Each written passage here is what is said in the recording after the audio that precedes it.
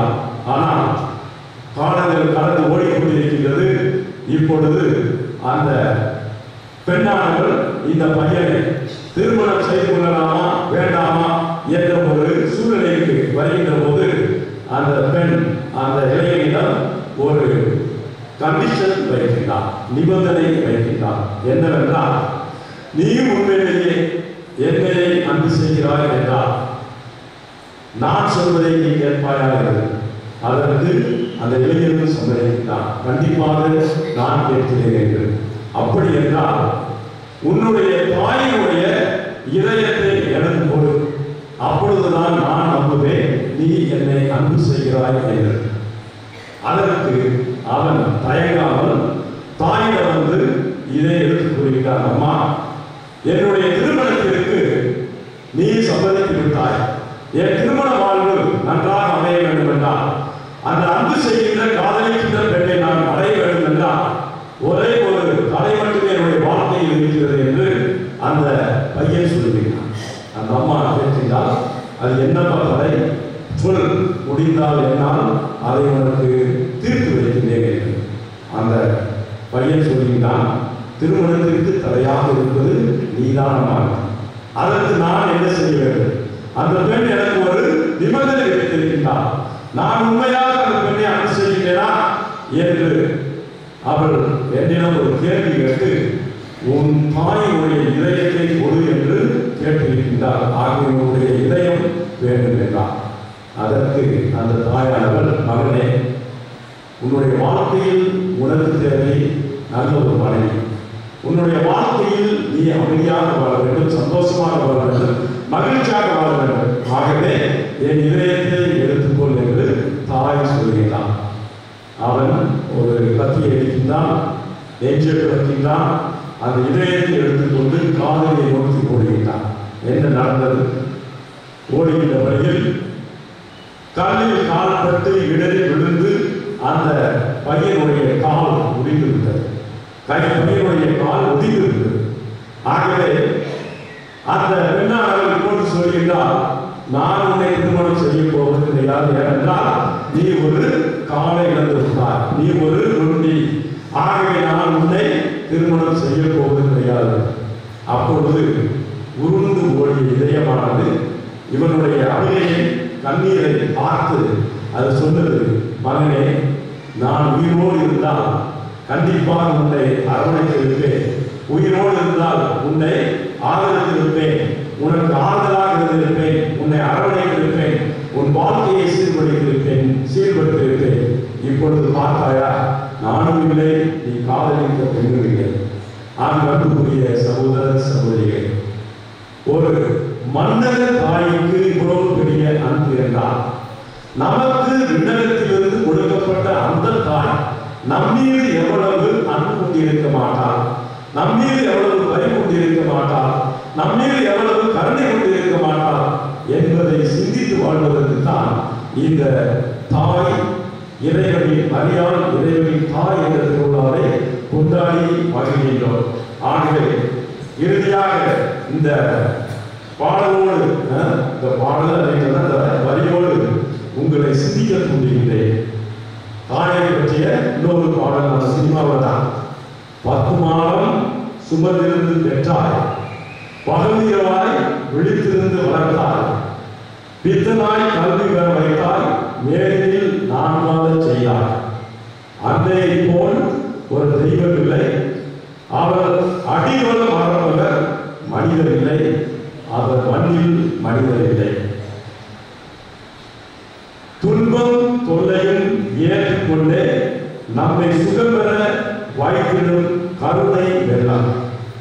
நாளெல்லாம் பட்டினியாய் இருந்திடுவாள், ஒரு நாளிலே நம் பசி கொடுக்க மாட்டாள். மேலெல்லாம் இளைஞர பாடுபட்டு நேர்மையாய் நாமால செய்திடுவார். அன்பு சகோதர சகோதரிகள், இளைஞர்களே, இளம்பெண்கள், உங்களுக்கு இது ஒரு பெரிய சவால்.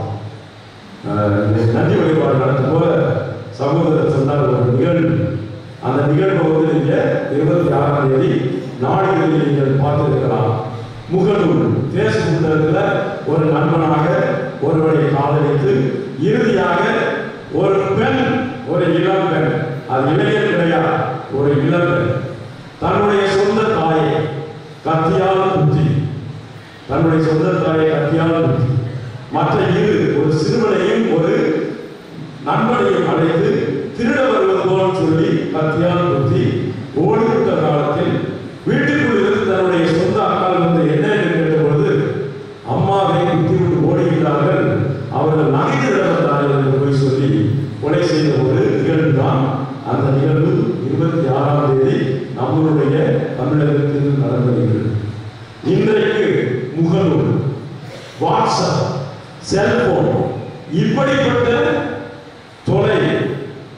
தொடர்பு சாதனங்களில் ஈடுபட்டு வாழ்க்கையை இழந்து வழிதவறி தெரிகின்ற அந்த இளைஞர்களுக்கு, இளம்பெண்களுக்கு இன்றைய நாள் ஒரு சவாலான நாள். உங்களது வாழ்க்கையில் நீங்கள் உண்மையாக ஒரு புத்துணை பெற வேண்டிய நாளாக, ஒரு புத்தெழுச்சி பெற வேண்டிய நாளாக நீங்கள் வாழ வேண்டும் என்றால் உங்களிடையே இருக்கின்ற இந்த சிந்தனை மாற வேண்டும். உங்களிடையே இருக்கின்ற இந்த பாழாக போகின்ற இந்த செல்போன் உங்களை விட்டு அகல வேண்டும். உயர்ந்த சிந்தனை, வாழ்க்கையில் லட்சியம் இவைகள் இருக்கும் போதுதான் நீங்கள் உண்மையான சமுதாயத்தை உருவாக்க முடியும். அப்படி உண்மையான சமுதாயத்தை உருவாக்குவதற்கு யார் காரணம் என்றால் பெற்ற தாயும் தந்தையும். பெற்ற தாயும் தந்தையும் குழந்தைகளுக்கு சரியாக அன்பை கொடுக்கவில்லை என்றால், பெற்ற தாயும் தந்தையும் பிள்ளைகளை அடித்து திருத்தி கண்டித்து வளர்க்கவில்லை என்றால் கண்டிப்பாக இதே போன்று ஒரு நிலையைத்தான் நீங்களும் உங்களது வாழ்க்கையில் சந்தித்தீர்கள்.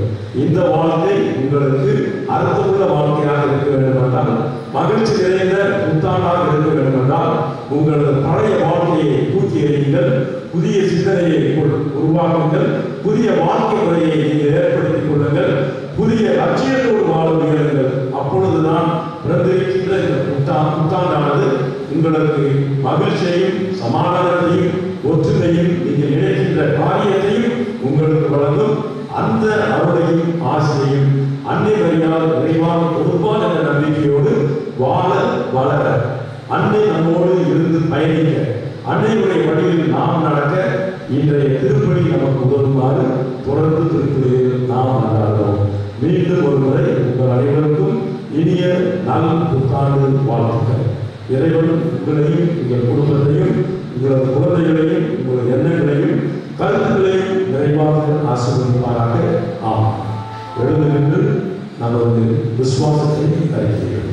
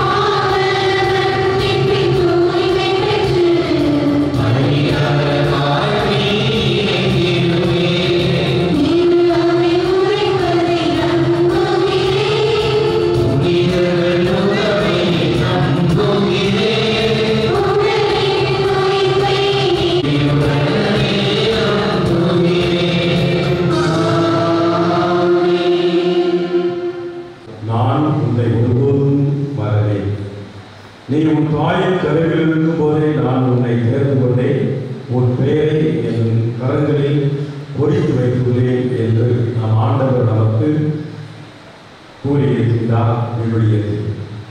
ஆகவே அன்புக்குரிய சகோதர சகோதரிகளே, வருடத்தின் முதல் நாள் அன்னை மரியாதையின் விழாவாக கொண்டாடி வருகின்ற நாளில் அன்னை தந்தையுடைய அன்பில் அரவணைப்பில் அருளை நாம் அனைவரும் வாழவும் வளரவும் வழி நடக்கவும் நம்மளுடைய எண்ணத்திலும் உள்ளத்திலும் இயக்கத்திலும் இருக்கின்ற ஜபங்களை ஆண்டவருடைய பாதத்தில் வைத்து இப்பொழுது மன்றாடுவோம்.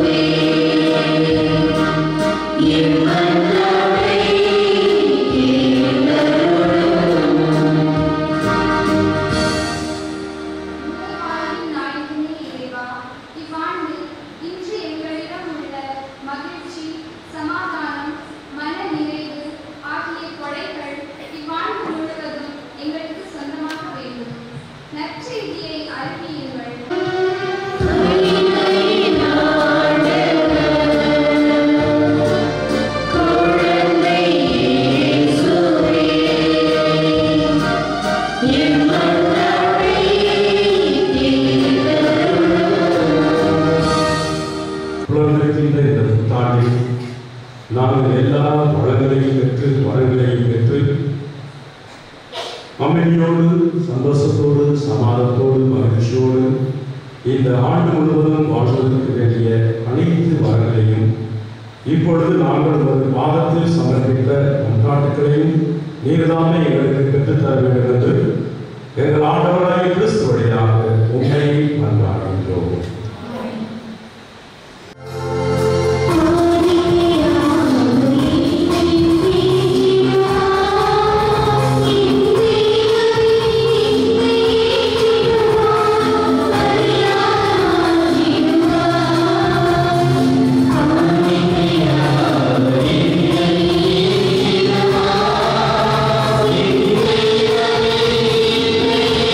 Amen.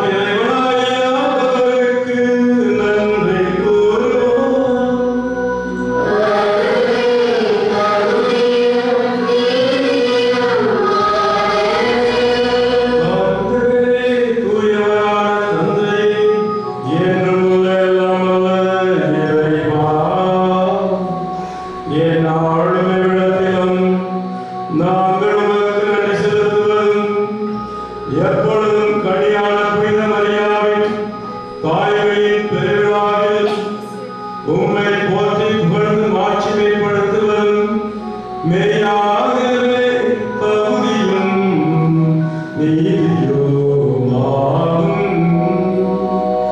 எங்கள் கடமையும் மீட்புக்குரிய செயலுமாகும்.